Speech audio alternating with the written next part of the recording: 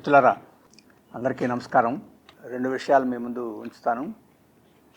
మొదటిది, ఈరోజు బీహార్లో ఎస్ఐఆర్ పేరుతో special intensive revision of voters పెద్ద కార్యక్రమం ఎలక్షన్ కమిషన్ వారు నిర్వహిస్తున్నారు. ఆ కార్యక్రమం దాదాపు చివరి దశకు వచ్చిందని, ఇంటింటికి తిరిగి ఓటర్లు నమోదు చేసే సందర్భంలో నేపాల్, బంగ్లాదేశ్, మయన్మార్ ఈ 3 దేశాల వారు చాలామంది అక్రమంగా దేశంలో ఉన్నారని బయటపడిందని చెప్పేసి ఎలక్షన్ కమిషన్ ఒక ప్రకటన చేసింది. ఈ ప్రకటన ఆశ్చర్యంగా ఉన్నది. ఈరోజు ఎలక్షన్ కమిషన్ వారు ఈ దేశంలో ఏ దేశం నుంచి వచ్చిన వారు ఉన్నారు, ఈ దేశం నుంచి ఎంతమంది ఉన్నారు అనేది లెక్కించడానికి ఈరోజు ఈ ప్రక్రియ జరుగుతుందా, లేక 18 ఏళ్ళు దాటిన వారిని అందరినీ ఓటర్లుగా నమోదు చేసే ప్రక్రియ జరుగుతుందా అనే అనుమానం వస్తుంది. ఎందుకంటే పౌరసత్వాన్ని ఖరారు చేసేదానికి వేరే పద్ధతులు, వేరే చట్టాలు, వేరే ప్రక్రియలు ఉన్నాయి. వాటిని మేము చేపడుతున్నామని చెప్పేసి ప్రకటించి అది చేస్తే దానికి ప్రజలు సిద్ధమవుతారు. మేము ఓట్లు నమోదు చేయడానికి ప్రక్రియ చేపట్టామని చెప్పి ఇప్పుడు పౌరసత్వ నమోదు చేయడానికి ఉండే ప్రక్రియలన్నింటినీ అమలు జరపడం అనేది మోసపూరితమైన చర్య. దొడ్డిదోవన ఈరోజు కొంతమందిని వేధించడానికి తీసుకుంటున్న చర్య తప్ప ఇంకోటి కాదు. అందుకనే దీని పట్ల సిపిఎం తీవ్రంగా నిరసన వ్యక్తం చేస్తుంది. సుప్రీంకోర్టు ఏదైతే చెప్పిందో పౌరసత్వానికి సంబంధించిన అంశాలు జోలికి పోకుండా ఓటర్ల నమోదుకి అవసరమైన డాక్యుమెంట్స్ని మాత్రమే మీరు పరిగణలోకి తీసుకుని ఓటర్లు నమోదు చేయమని చెప్పింది. ఆధారు, అలాగే పాత ఓటర్ లిస్టులో పేరు లేదా రేషన్ కార్డు, ఇటువంటి వాటిని కూడా పరిగణలోకి తీసుకొని మీరు వేధించకుండా ఓట్లు నమోదు చేయమని చెప్పింది. దాన్ని కూడా ఖాతరు చేయకుండా ఈరోజు ఎలక్షన్ కమిషన్ వ్యవహరిస్తూ ఉంది. ఇది చాలా అభ్యంతరకరం. మరొక విషయం ఏంటంటే, ఇది బీహార్కే పరిమితం కాదు. ఎలక్షన్ కమిషన్ వారు అన్ని రాష్ట్రాలకి లేఖలు పంపింది. మీరు కూడా సన్నద్ధం కండి, దేశవ్యాప్తంగా అన్ని రాష్ట్రాల్లోనూ ఈ ప్రక్రియ ప్రారంభం కావాలి అని చెప్పేసి ఒక లేఖ పంపింది. బీహార్లో అనుభవం ఏమిటి అనేది సమీక్ష చేయకుండానే, ఈ అనుభవాన్ని పరిశీలించి కోర్టు తీర్పు చెప్పకముందే కోర్టు యొక్క మరో వాయిదా 28వ తేదీ ఉంది. ఆ 28వ తేదీకి దాకా కూడా వాళ్ళు ఆగలేనంత తొందరపాటులో ఈరోజు ఎలక్షన్ కమిషన్ ఉంది. కాబట్టి ఈ హడావుడి ఇదంతా చూస్తే ఎలక్షన్ కమిషన్ అల్టీరియర్ మోటివ్ తోటి, అంటే బీజేపీ ప్రభుత్వం యొక్క ప్రయోజనాలకి అనుగుణంగా వ్యవహరిస్తుందని చెప్పేసి అనుమానం కలుగుతుంది. ఇది దాని స్వతంత్ర ప్రతిపత్తిని తానే వదులుకోవడం, ఆ రకంగా రాజ్యాంగ వ్యవస్థల పట్ల ప్రజలకున్న గౌరవాన్ని ఇతరులు చెడగొట్టడం కాదు, ఎలక్షన్ కమిషనే దాన్ని చెడగొడతా ఉంది. ఇది మంచిది కాదు, ప్రజాస్వామ్యానికి తీవ్రమైన నష్టం జరిగింది అని చెప్పేసి మేము భావిస్తున్నాం. అందుకని ఎలక్షన్ కమిషన్ సుప్రీంకోర్టు ఏ సూచనలు అయితే చేసిందో దానికి అనుగుణంగానే ఈ ఓటర్ లిస్టులు సవరణ చేయాలని చెప్పేసి మేము కోరుతున్నాం. రెండో విషయం, ఇప్పుడు భారతదేశానికి అమెరికాకి మధ్య వ్యాపార చర్చలు జరుగుతున్నాయి, వ్యాపార ఒడంబడికి సంబంధించి. మొదట హడావుడి చేశారు. మోడీ గారికి, ట్రంప్ గారికి చాలా స్నేహం ఉంది, వారిద్దరూ చాలా మంచి దోస్తులు. కాబట్టి భారతదేశానికి మంచి ప్రయోజనం జరగబోయే ఒప్పందం జరుగుతుంది. ఆ ఒప్పందం ఎలా ఉండబోతుందని చెప్పేసి ఊహాగానాలు, కథనాలన్నీ బీజేపీ వారు పుష్కలంగా విడుదల చేశారు. ఇప్పుడు మళ్ళీ ఇంకో దఫా చర్చలు ప్రారంభమైనాయి. మన ప్రతినిధులు అమెరికాకు కూడా అంతకుముందు వెళ్ళొచ్చారు, మళ్ళీ కొంతమంది వెళ్ళారు, మిగతా వాళ్ళు వెళ్తున్నారు. కానీ ఇప్పుడు గప్చిప్గా ఉన్నారు, ఏమీ మాట్లాడటం లేదు. ఈరోజు అమెరికా భారతదేశాన్ని ఒత్తిడి చేసి తనకు అనుగుణంగా ఒప్పందం చేసుకోవాలని తీవ్రమైన ప్రయత్నం మీరు పత్రికల్లో కూడా చూస్తున్నారు. ఇంతకుముందు మన మొత్తం యావరేజ్న మన సరుకుల మీద అమెరికా యొక్క పన్నులు 5.5%, 5.6% మాత్రమే ఉండేవి. ఇప్పుడు 26% విధిస్తామని చెప్పేసి ఇంతకుముందే ట్రంప్ ప్రకటించారు. ఇప్పుడు దాన్ని తగ్గించాలి. ఎంతకు తగ్గించాలి? 20, 25, ఇంకా 23 అనే చర్చలు జరుగుతున్నట్టుగా ఉంది. అంటే మన ప్రయోజనాన్ని, ముఖ్యంగా మన రైతుల ప్రయోజనాన్ని తాకట్టు పెట్టి ఈరోజు 20-25 మధ్యలో ఎక్కడ అంగీకరించినా కానీ అది మన రైతులకి చాలా తీవ్రమైన అన్యాయం జరుగుతుంది. అటువంటి చర్చలు జరుగుతున్నాయి. కానీ దీని మీద ప్రభుత్వం స్పష్టంగా ఏ వైఖరి తీసుకోబోతుందో ఇప్పటివరకు ప్రకటించలేదు. ఎందుకంటే ఈరోజు అమెరికా మన వ్యవసాయ ఉత్పత్తుల్ని ఎగుమతి చేసే వ్యవసాయ ఉత్పత్తుల మీద 28%, 25 నుంచి 28% వేస్తామని చెప్తున్నారు. వారి నుంచి దిగుమతులు చేసుకోవడానికి ఒత్తిడి చేస్తుంది. ఇప్పుడు మనం 37.5% వారి సరుకులు ఇక్కడ దిగుమతి అయితే మనం వేస్తున్నాం వారి వ్యవసాయ ఉత్పత్తులు. ఉదాహరణకి అక్కడ నుంచి బాదం పప్పులు ఇటువంటివన్నీ దిగుమతి అవుతున్నాయి, వాటికి 37% దాకా వేస్తున్నాం. కొన్ని సందర్భాల్లో ఇతర వ్యవసాయ సరుకులు కూడా వచ్చినప్పుడు కూడా వాటికి వేస్తాం. మనం అక్కడ నుంచి జిఎం అంటే జీన్ ఎడిటెడ్ విత్తనాలను కానీ పంటలను కానీ మన దేశానికి అనుమతించడం. ఈరోజు గోధుమలు, మొక్కజొన్నలు, సోయా ఈ 3 పంటలని జిఎం పంటలతో సహా వాటిని దిగుమతి చేసుకోవాలి, వాటి మీద మీరు విధిస్తున్న 37% తీసేయాలని చెప్పేసి ఒత్తిడి చేస్తున్నారు. మన దేశం మన ప్రభుత్వం అంగీకరించింది అని చెప్పేసి పరోక్షంగా వార్తలు వస్తున్నాయి. ఇదే కనుక జరిగితే ఈ పంటలు పండించే రైతాంగం పూర్తిగా దెబ్బతినిపోద్ది. ఆంధ్రప్రదేశ్లో మొక్కజొన్న బాగా వేస్తారు.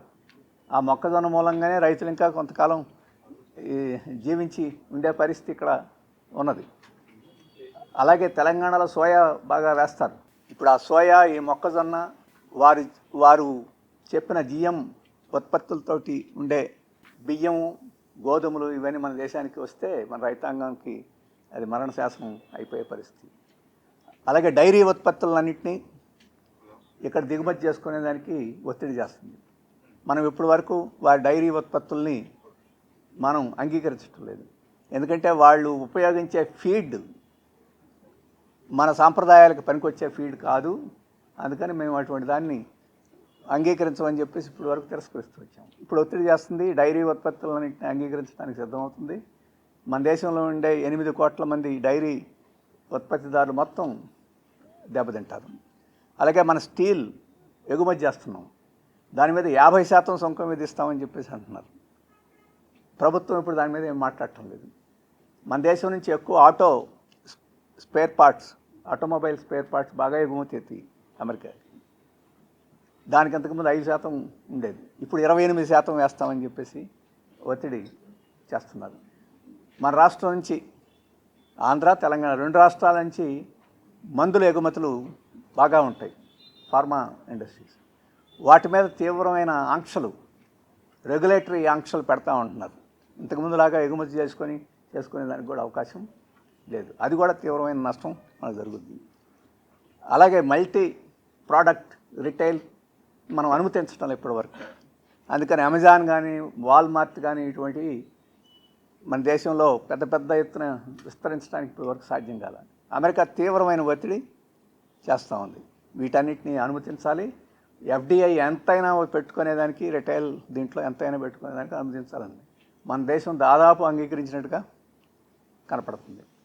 ఇదే కనుక వస్తే మన వ్యాపారస్తులు, చిన్న సన్నకారు వ్యాపారస్తులు అందరూ ఇప్పటికే దెబ్బతింటున్నారు.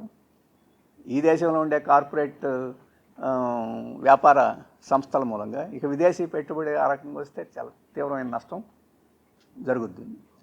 అలాగే వారు మన మీద ఒత్తిడి చేస్తున్నారు, మీరు తప్పకుండా కొనుగోలు చేయాలి, మనకు అవసరం ఉన్నా లేకపోయినా. బోయింగ్ విమానాలు కొనుగోలు చేయాలని ఒత్తిడి చేస్తున్నారు, హెలికాప్టర్లు కొనుగోలు చేయాలని ఒత్తిడి చేస్తున్నారు, అటామిక్ రియాక్టర్స్ కొనుగోలు చేయాలని ఒత్తిడి చేస్తున్నారు. కొంతమేర కొన్ని ఒప్పందాలు కూడా జరిగినాయి రహస్యంగా, ఇంకా ఒప్పందాలు జరుగుతున్నాయి.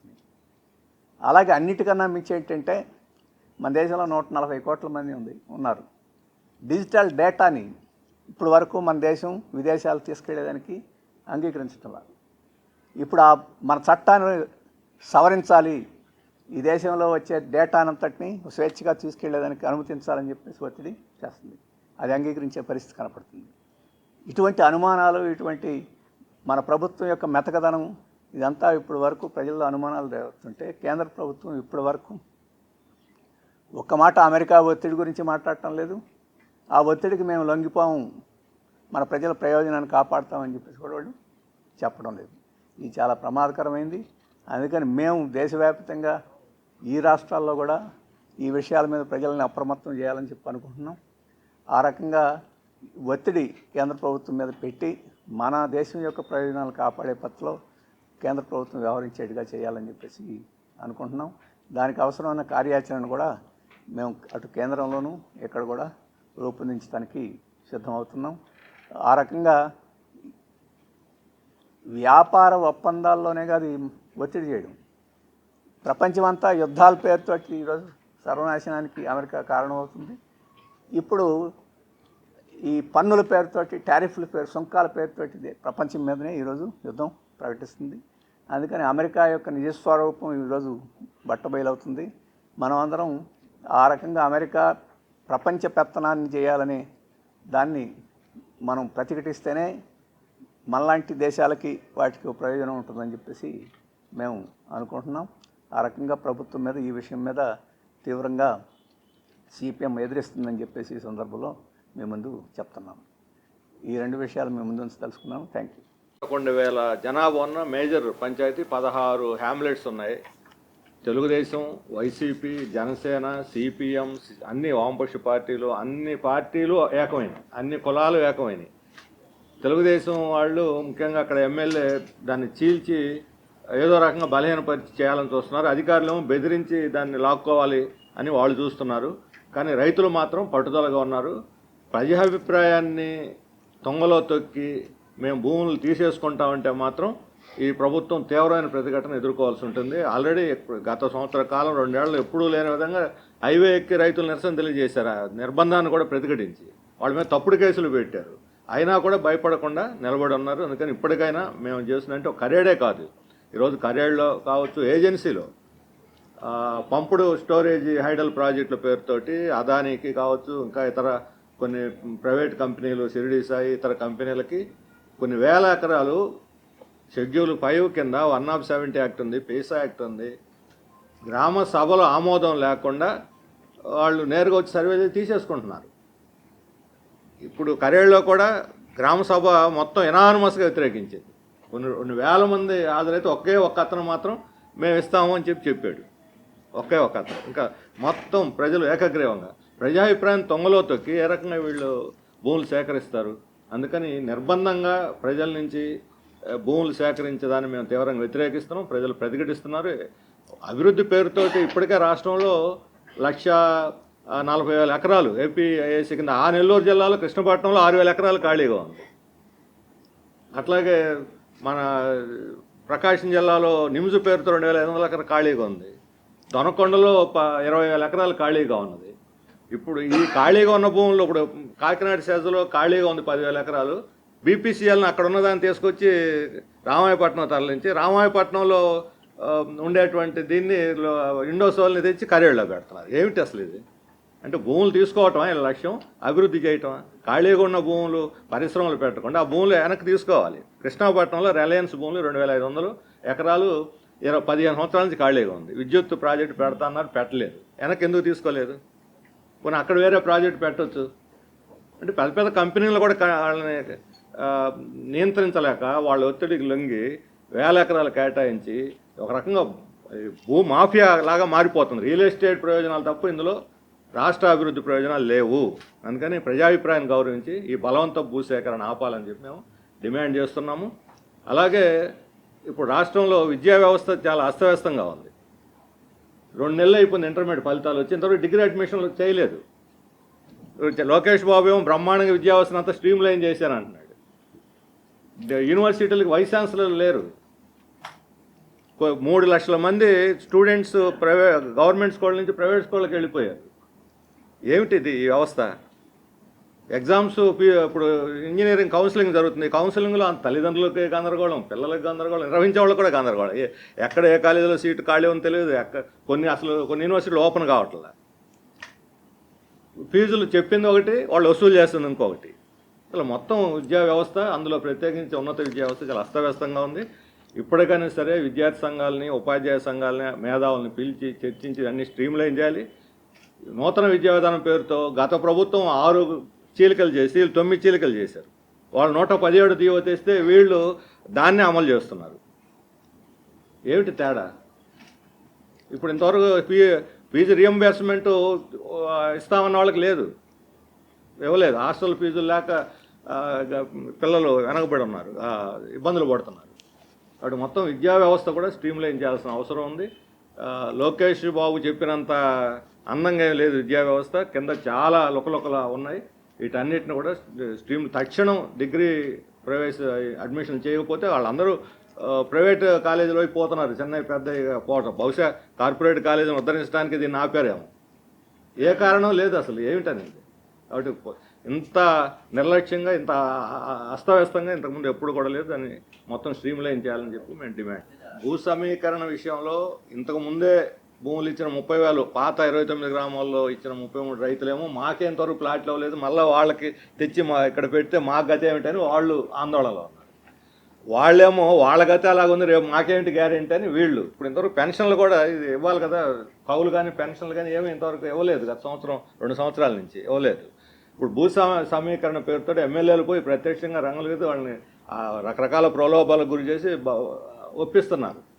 రేపు పొద్దున ఇప్పుడు అందరూ అనుమానం ఏంటి, ఇప్పుడు 30 ఏళ్ళు ఉంటానని చెప్పొచ్చు, మొన్న జగన్ కూడా అదే చెప్పాడు 30 ఏళ్ళని. ఇప్పుడు రేపు ప్రభుత్వం మారితే మళ్ళీ మా పరిస్థితి ఏమిటి, దీని గ్యారెంటీ ఏమిటి? గ్యారెంటీ చట్టం చేస్తే రాజధానికి దీనికి చట్టం ఒకటన్నా చేస్తే పోనీ ఎవరు వచ్చినా మారదని అనుకోవచ్చు. అందుకని చాలా ఆందోళనగా ఉన్నారు. గవర్నమెంట్, సెంట్రల్ గవర్నమెంట్ వాళ్ళకి కేటాయించిన భూములు ఏ పద్ధతి అయితే చేస్తున్నారో, ఇప్పుడు 99 పైసలకి కొందరికి ఉచితంగా, 99 పైసలు అంటే దాదాపు ఉచితంగా ఇచ్చేయటం. ప్రైవేట్ కంపెనీలకు ఉచితంగా భూములు ఇవ్వకూడదు. ఏమిటి లాభం? పోనీ ఇంతమందికి ఎంప్లాయ్మెంట్ ఇస్తామని ఏమైనా ఉందా? ఇప్పుడు కేంద్ర ప్రభుత్వం ఎంప్లాయ్మెంట్ లింక్డ్ ఇన్సెంటివ్ అని, ప్రొడక్షన్ ఇన్సెంటివ్ లింక్డ్ అని, ఇప్పుడు ఆ కరియర్లో ఇండోసోల్కి ఇంతవరకు ఆలు లేదు, చూరు లేదు, 18,000 కోట్లు వాళ్ళకి శాంక్షన్ చేశారు. ప్రొడక్షన్ లింక్డ్ ఇన్సెంటివ్ మొత్తం 5,000 కోట్లు, వాళ్ళు 14,000 కోట్లు, సెంట్రల్ గవర్నమెంట్ 5,000 కోట్లు ఇస్తుంది. పెద్ద కుంభకోణం. ప్రజలకు ఏదన్నా సబ్సిడీలు ఇవ్వమంటే మాత్రం ఎవరు కట్ చేసేస్తున్నారు, ఏళ్ళకి సబ్సిడీలు ఇచ్చేస్తున్నారు. అందుకని ప్రైవేట్ కంపెనీలకి ఖచ్చితంగా మార్కెట్ రేట్ ప్రకారం ఇవ్వాలి. ముందు రైతులకి ఏ ప్లాట్లు ఇస్తున్నారు, రైతుల ప్లాట్లకి వాళ్ళకి గ్యారంటీ చేయాలి. అది ఈరోజు అక్కడ రాజధానిలో ఆందోళనగా ఉన్నది. వాళ్ళలో ఒక అభద్రతా భావం ఉన్నది. పైకి అంతా మేము బ్రహ్మాండంగా చేసేస్తామని చెప్పినా రైతులు మాత్రం సంతృప్తికరంగా లేదు. మీరు చెప్పాలి ఎప్పుడు వస్తాడు. ఆయన యోగా చేస్తున్నారు, యోగ నిద్రలో ఉన్నారు. అన్ని భాషలు సమానం అని చెప్పింది. మిగతా ఏ భాషలో అయినా అనుసంధాన భాషలు అని చెప్పారు తప్ప ఈయన పెదనాన్న, ఈయన చిన్నాన్న, ఈయన బలిదాన్న అని చెప్పలేదు. అంతవరకు ఆడవాళ్ళకి గౌరవం ఇచ్చినందుకు సంతోషం, పెద్దమ్మ చిన్నమ్మ అంటున్నాడు. కానీ మన దేశంలో ఉండే షెడ్యూల్ లాంగ్వేజెస్ అన్నీ సమానం, ఒకటి ఎక్కువ ఒకటి తక్కువ లేదు. కొన్ని ఇంగ్లీష్ను అనుసంధాన భాషగా ప్రకటించారు. అలాగే రాజ్యాంగంలో ఆదేశిక సూత్రాల్లో హిందీని ప్రోత్సహించాలి, అనుసంధాన భాషగా ఎదిగేదానికి ప్రోత్సహించాలని చెప్పారు. దాన్ని ఏమి పెద్ద భాష చిన్న భాష అని చెప్పలేదు. ఆయనకి బీజేపీ చెప్తున్న దానికి అనుగుణంగా ఎలా లొంగి ఉండాలో అర్థం కాక ఆ మాట అన్నాడు. లేకపోతే మా తెలుగు అనేవాడు. ఇప్పుడు బీజేపీ పంచన చేరాడు కాబట్టి హిందీ ఈ దేశానికి ఉండాలి, మిగతా భాషలన్నీ హిందీకి లోబడి ఉండాలని చెప్పాలి ఆయన. అది చెప్తే ఇక్కడ ఏమనుకుంటారని చెప్పేసి పెద్దమ్మలు చిన్నమ్మలు మాటలు ఆయన సృష్టించాడు. మాతృభాషలో చదువు లేకుండా, మాతృభాషలో పిల్లలకు కానీ చదువు లేకుండా ఏ దేశం ముందుకు పోలేదు. చైనాలో ఏమి ఇంగ్లీష్ మాట్లాడరు, ఆయన విజ్ఞానం వాళ్ళ మాతృభాషలో నేర్చుకున్నారు. జర్మనీ భాష, ఫ్రాన్స్ చిన్న దేశాలు ఇవి. మనం ఐరోపా అంత రాష్ట్రం, అట్లాంటి అనేక రాష్ట్రాలు ఉన్నాయి. మన మాతృభాషలను అభివృద్ధి చేసి ప్రతివాడు ప్రపంచ జ్ఞానాన్ని తెలుసుకునేట్టు చేయలేకపోతే మీ అనుసంధాన భాషలో కూడా మనకేమి. గాంధీ గారికి ఇంగ్లాండ్ పోయినట్టుకి పూర్తిగా అంత బాగా ఇంగ్లీష్ రాదు. ఇప్పుడు ప్రపంచంలో ఇంగ్లీష్ బాగా మాట్లాడగలిగిన వాళ్ళకన్నా గొప్పగా ఆయన అంతకొచ్చాడు. 6 నెలలు ఒక ఇంట్లో పూటకోళ్ళ, మనం అంటాం ఇక్కడ పూటకోళ్ళ అమ్మది, ఒక పూటకోళ్ళ అమ్మ దగ్గర ఒక 6 నెలలు ఉన్నాడు వాళ్ళ ఇంట్లో. ఆయనకి ఇంగ్లీష్ లాంగ్వేజ్ వచ్చేసింది, బ్రిటిష్ వాళ్ళకన్నా బాగా మాట్లాడగలిగిన. అందుకని ఏ లాంగ్వేజ్ నేర్చుకోవడానికి దాంట్లో నిష్ణాత సంపాదించడం పెద్ద కష్టం కాదు. ఈ పాలసీలు పెట్టి ఏ ఒక్క భాష కూడా రాకుండా అన్ని భాషలని జడగొట్టేసి ఈ విజ్ఞానం నేర్చుకోకుండా ఉండే పద్ధతిలో మన భారతదేశాన్ని ఇప్పుడు ఈ కొత్త భాషా విధానం చేస్తుంది. అందుట్లో ఆంధ్రప్రదేశ్ మరీ అన్యాయంగా ఉంది. మిగతా రాష్ట్రాల్లో ఏదైనా ఒక భాష అన్నా వస్తుంది, మనకు అన్ని భాషలు వచ్చినట్టు ఉంటుంది, ఏ భాష రానట్టు ఉంటుంది, అట్లా ఉంది మన విద్యా విధానం అని చెప్పేసి నాకు అనిపిస్తుంది. ఇదే పవన్ కళ్యాణ్ 4 ఏళ్ల క్రితం హిందీ కాదు బీజేపీ వార్నింగ్ ఇచ్చాడు, ఇప్పుడు ఆయనే హిందీ మన జాతీయ భాష అన్నాడు, లేదని తీసుకొచ్చేసి. ఒక విషయం అంటే మొన్న మెగా పేరెంట్ టీచర్ మీటింగ్ జరిగింది, మెగా పీటీఎం అనే పేరుతోటి. గత సంవత్సరం మెగా పీటీఎం స్టూడెంట్స్ యొక్క డెవలప్మెంట్ అసెస్ చేసి తల్లిదండ్రులకు చెప్పి ప్రోగ్రెస్ చెప్పే విధంగా అకాడమిక్గా జరిగింది, మొదటిసారి కాబట్టి. బహుశా ఈ సంవత్సరం దాదాపు ఎక్కువ భాగం పొలిటిలైజ్ చేశారు. రాజకీయ నాయకులు రావటం, తెలుగుదేశం నాయకులు, ఎమ్మెల్యేలు, జడ్పీటీసీలు, ఎంపీటీలు రావటం, ఉపన్యాసం కొట్టడం, చంద్రబాబు నాయుడు గొప్పతనం గురించి, ఇంకో దాని గురించి ఇవన్నీ చేయటం. అసలు పేరెంట్స్కి ఏమీ లేదు, టీచర్స్కి ఏం లేదు. అకాడమిక్ పూర్తిగా దెబ్బతింది ఈసారి. కానీ పొలిటిలైజ్ చేయడానికి లేదు. ఈ మెగా పేటీఎంని అకాడమిక్గానే నిర్వహించాలని చెప్పి కూడా మేము కోరుతాం. పోలవరం నిర్వాహిస్తులు గుండెల్లో రాళ్లు పరిగెడుతున్నాయి, ఎప్పుడు వచ్చి ఎప్పుడు లేపేసి. ఇప్పుడు వరదలు వస్తున్నాయి, వరదలు వచ్చేసరికల్లా అందరూ పరుగులు తీశారు కొండల మీదకి. 20 ఏళ్ల క్రితం 2004లో ఎంత అయితే వాళ్ళు నిర్ణయించారో అవే ఇప్పుడు కొనసాగిస్తున్నారు. మొదటి ఫేజ్ పేరుతో 38,000 కుటుంబాలకి మేము పునరావాసం అన్నారు. అందులో 12,000కే ఇంతవరకు పరిహారం ఇచ్చారు, 12,000కే ఇచ్చారు. ఇప్పుడు అక్కడ ప్రాజెక్టు డ్యామ్ నిర్మాణంలో 3 సార్లు ఎస్టిమేషన్ పెంచారు. చివరికి డయాఫ్రమ్ వాళ్ళు చెడిపోతే మొత్తం అమౌంట్ అంతా ఈ గవర్నమెంట్ రియంబర్స్ చేసింది. కాంట్రాక్టర్ వల్లే అది నష్టపోయింది, వాళ్ళకి బాధ్యత వహించాలి, కానీ గవర్నమెంట్ రియంబర్స్ చేస్తుంది. ఇక్కడ మాత్రం ఒక్కసారి కూడా అప్డేట్ చేయాలి.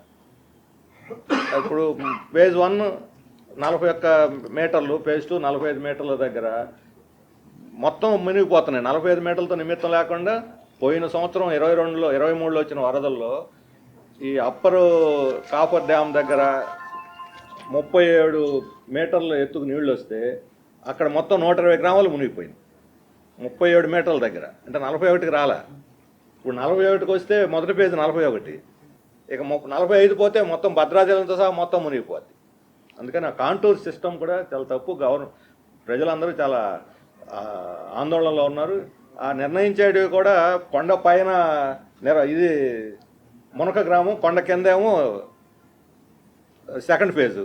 అసలు గుట్ట మీద ఉండే విలేజ్ ఏమో మొదటి పేజీలో వస్తుంది, గుట్ట కింద ఉండే గ్రామం ఏమో మొదటి పేజీలో వస్తుంది. ఈ రకమైనటువంటి ఉన్నాయి. ఒకే ఊళ్ళో ఒక వీధిలో ఒక రకం, ఇంకో వీధిలో ఇంకొక రకం, ఇట్లా మొత్తం వాళ్ళ రికార్డ్ చేసేటువంటి విధానం కూడా సరిగ్గా లేదు. అందుకని కాంటూర్ సిస్టమ్ తీసేసి మొత్తం అక్కడ ఉండేటువంటి మునగ ప్రాంతం అంతా కూడా ఒకే పేజీలో అప్డేట్ చేసి, ఇప్పుడు 18 సంవత్సరాలు ఎప్పుడైతే ఊరు ఖాళీ చేయిస్తారో ఖాళీ చేయించిన నాటికి 18 ఏళ్ళు నిండినటువంటి వాళ్ళందరికీ కూడా ఇవ్వాలి. అట్లాగే అక్కడ పెద్ద ఇదేంటంటే పోలవరం మన ఏలూరు జిల్లాలో జీలుగుమిల్లి, జంగారెడ్డిగూడెం ఆ ప్రాంతంలో ఎమ్మెల్యే, జనసేన ఎమ్మెల్యే అక్కడ ఇంతకుముందు సేకరించిన భూముల్ని ఎవరికి తెలియకుండా అధికారులు, కలెక్టర్ నాకు తెలియదంటాడు, ఎమ్మెల్యే నాకు సంబంధం లేదంటాడు, కానీ లీజులకి ఇచ్చేశారు. దాన్ని మాత్రం కేటాయించకుండా సేకరించిన భూమిని 1000 ఎకరాలు, ఇంకొక 5,000 ఎకరాలు వేరే సేకరిస్తూ ఉన్నారు. అవన్నీ కూడా గిరిజనుల భూముల్ని, ఎల్టీఆర్ భూముల్ని సేకరిస్తున్నారు. అంటే గిరిజనుల హక్కులు, వాళ్ళు సాగు చేసుకున్న భూముల్ని సేకరిస్తున్నారు. గిరిజనేతర భూస్వాములు మాత్రం టచ్ చేయటం లేదు. అప్పుడు ఒక మాఫియా ఈ దీని పేరుతోటి, నిర్వాసితుల పేరుతో భూమాఫియా అధికార పక్షం యొక్క మద్దతుతో నడుస్తూ ఉంది. అందుకని ఈ సేకరణలు ఉన్నాయి, తప్పులు ఉన్నాయి. కట్టిన క్వార్టర్స్ కూడా లీకేజీలు అవుతున్నాయి, కానీ సౌకర్యాలు లేవు. ఏ క్వార్టర్లోకి వెళ్ళడానికి భయపడుతున్నారు జనం కట్టిన వాటిల్లో. ఇప్పుడు ఏలూరు జిల్లా, ఇప్పుడు జంగారెడ్డిగూడెం దగ్గర ఉన్నటువంటి కుక్కనూరు ఆ మండలాల్లో అవి కూడా మునక ప్రాంతాల్లో కట్టారు. లీకేజీలు అవుతున్నాయి, పోవటానికి భయపడుతున్నారు. అందుకని నిర్వాసితుల సమస్యల పట్ల ఈ ప్రభుత్వం సీరియస్గా లేదు, చిత్తశుద్ధితో లేదు. కేవలం డ్యామ్ మీదే శ్రద్ధ పెడుతున్నారు, దానికే నిధులు ఇస్తున్నారు, వీళ్ళని మాత్రం ముంచేస్తున్నారు.